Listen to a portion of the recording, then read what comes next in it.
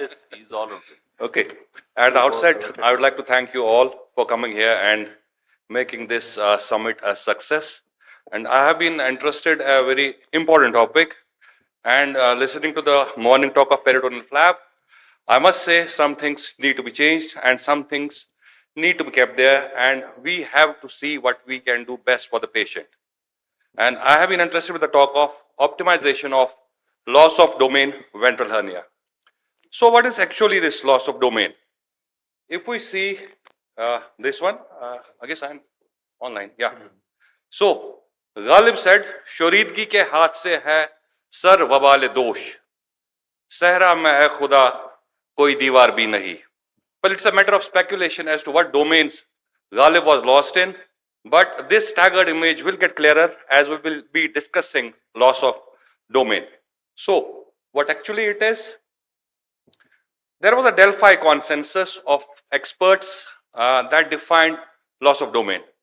Well, it's simply a large ventral hernia, a ventral hernia that is so large that it cannot reduce it, that you cannot repose it properly without doing some additional things to the abdominal wall or without any significant risk of intra-abdominal compartment if you do it like that only. And there have been two of the models that have come up on radiological terms, the Sabag index and the Tanaka index, that we frequently refer to. But if we have to sail comfortably through the ocean of loss of domain, we need to use a boat of optimization, a boat of preparation. The surgeon needs to be prepared, the patient needs to be prepared, and the hernia needs to be prepared for the optimization. So how do we prepare the surgeon? The surgeon seems to be prepared from the start, because once he gets the degree, he's started to operate and he's well prepared. So if we have to have the success with us, we have to review the old charts judiciously. Whatever has been done previously, we have to have a thorough physical examination and we have to review the imaging. We have to revisit the radiology suites. We have to be with our radiology friends, looking and re-looking at the CT scans, which has been said since morning. In old charts, we have to pay special details to the type of suture that has been used previously in the surgery, or to the mesh type, the fixation devices, the fixation planes, or any prior components separation that has been used.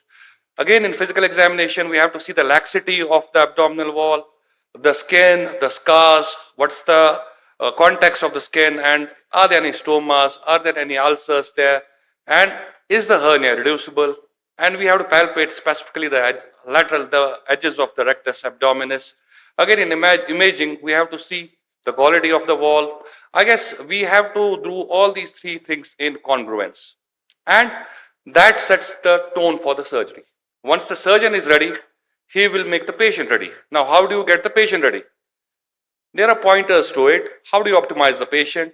First thing is, and first is the foremost thing, that the patient, we have to tell that guy or that woman that you have to stop smoking. At least he has to be tobacco free 1 month prior to the surgery and 2 months after the surgery. Then obviously obesity is a known risk factor for recurrences.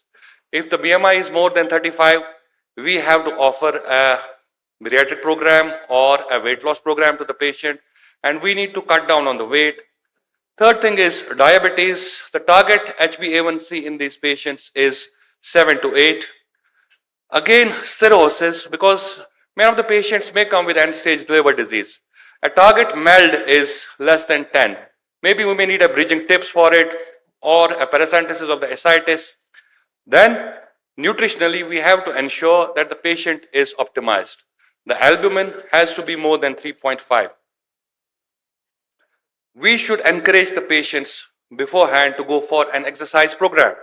And we should encourage them to at least go for an exercise for 30 minutes a day, a walk, a cardiac conditioning, deep breathing exercises, chest physiotherapy, so that their things are optimized. And last thing I have put in here is the age. Can age be optimized? Obviously not. But I have put it here because the studies have shown age less than 60 favors good outcomes and age more than 60 does not favor a good outcome with this patients. And Now, how to optimize the hernia? We have optimized the doctor, we have optimized the surgeon, he has been primed to brace up with the challenge. The patient has been sufficiently optimized. Now, if we have to win this game, we need to have everything on our side once we optimize the hernia.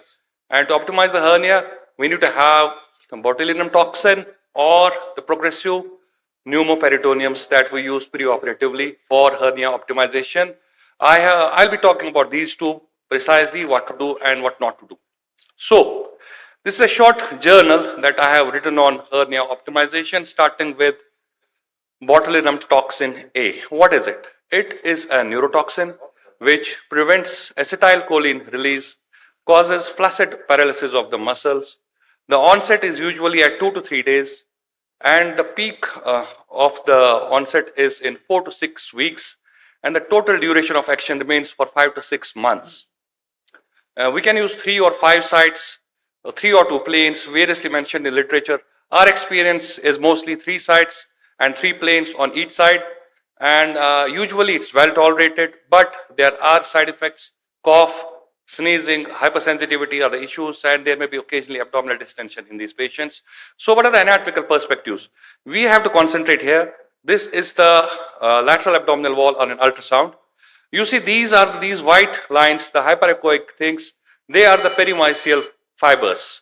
So this is the external oblique. This is the external oblique, intraoblique, and the transversus abdominis muscle.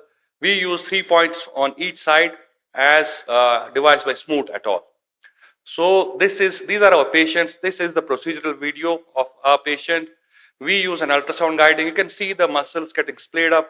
We are using Botox, injecting it by the use of an ultrasound. Usually we use 200 units here, sir, and literature mentions 200 to 300 units, but we are confident and comfortable with 200 units only. So pre and post BTA, what happens? This is very important. In morning, though, Sarfaraz showed an interesting CT scan where the lateral muscles were absolutely lost. There was nothing left. And obviously, you cannot have anything of this in that thing. So here you see these muscles. They are initially contracted, retracted, and thickened. So what's your aim? Your aim is to bridge this gap. So the idea is to get these muscles coming forwards. And botulinum toxin is one of the options. They get relaxed, elongated, and thinned out. So is there an evidence for this? There has been a systemic review which was published actually quite late. It was in 2021 this was published, and they showed on each side the gain of around 3.3 to 3.4 centimeters with use of botulinum toxin. So what about preoperative progressive pneumo? It's a very old concept. It was used initially in 1940s. I was actually surprised to hear that. And it was initially used for strangled hernias where they tried to push it in, the irreducible hernias where they tried to push it in by Gorni Moreno. Peritoneal dialysis catheters have been used. We at our place use central venous catheters under ultrasonic guidance. Air can be used. Carbon dioxide has been used. Nitrous oxide has been used. We prefer air because it's obviously available everywhere. And daily, we use a daily protocol for 2 weeks, and 500 to 1000 ml is insufflated or whatever is maximal tolerated, because the patient sometimes may develop pain once we are insufflating it. It increases the abdominal cavity volume. Though caveats have been placed to it that it increases the hernia sac volume, but again that is beneficial because it eventually stretches the peritoneum and the peritoneal flap increases. And it also causes pneumatic adhesiolysis, improves diaphragmatic functions, and studies have shown that in long-standing hernias, it may reduce the mesenteric edema. But remember one thing, all these patients, whenever they are with you, they are admitted with us for 2 weeks prior to surgery. We do daily pre-op progressive pneumo, and these have to be put on venous thromboembolic prophylaxis. So this is one of the videos of this is in the ward. We have used the central venous line WMIN. Then we use a 3-way cannula and a 50 ml syringe to push in here. So this is the lovely group of people with whom I have the privilege of working here.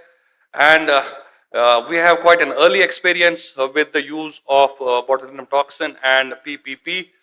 We usually do BTA 5 weeks prior to surgery. And we have had 11 patients in whom we have done it. The unilateral length gained has been 3.4 centimeters. We usually do botulinum alone if the Tanaka is more than 25, but again, it's not fixed. It's a matter of seeing the patient and feeling the patient and having a look at the patient. And then PPP is added if the Tanaka is more than 35. PPP we usually do at 2 weeks prior to surgery, and finally we do the surgery 5 weeks post botulinum toxin. This is one of our patients. You can see the hernia. She came to us. She had initially gone for an IPOM plus, had a huge recurrence. You can see the hernia. This is a CT scan. Her Tanaka was 37. And this is her transverse cuts of the CT. So this patient underwent Botox. Here is the patient before and after. You can see we have managed, I think, quite a good result for it. These are two other of our patients. These are the before and after pictures in which we have used the pre-operative progressive pneumoperitoneum. But here I would just like to say my key takeaways from this talk are that LOD hernias are definitely challenging, but patience is the key. Optimization is necessary. There are no clear-cut guidelines on BTA plus minus PPP, when to use, when not to use. RCTs are needed, but again, RCTs are difficult to conduct because they are a very small subset of patients. At the end of the day, I would just like to say one thing. A hernia repair cannot be idealized. It needs to be individualized for each of the patients. Thank you.